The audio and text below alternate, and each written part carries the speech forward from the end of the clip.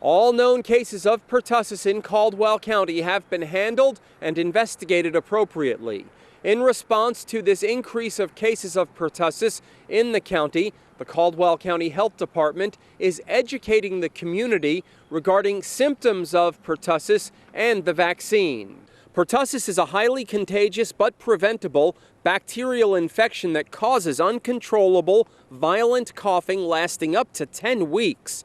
The disease does not only affect children, adults can develop whooping cough and are often not diagnosed until later on in the illness. Symptoms can include severe fits of coughing, including rapid coughs followed by a high-pitched whoop sound, coughing fits followed by vomiting, exhaustion after coughing fits, apnea, temporarily stopped breathing, usually in infants. Symptoms can include severe fits of coughing, including rapid coughs followed by a high-pitched whoop sound, coughing fits followed by vomiting, exhaustion after coughing fits, and apnea or temporarily stopped breathing, usually in infants. Symptoms can vary by the individual.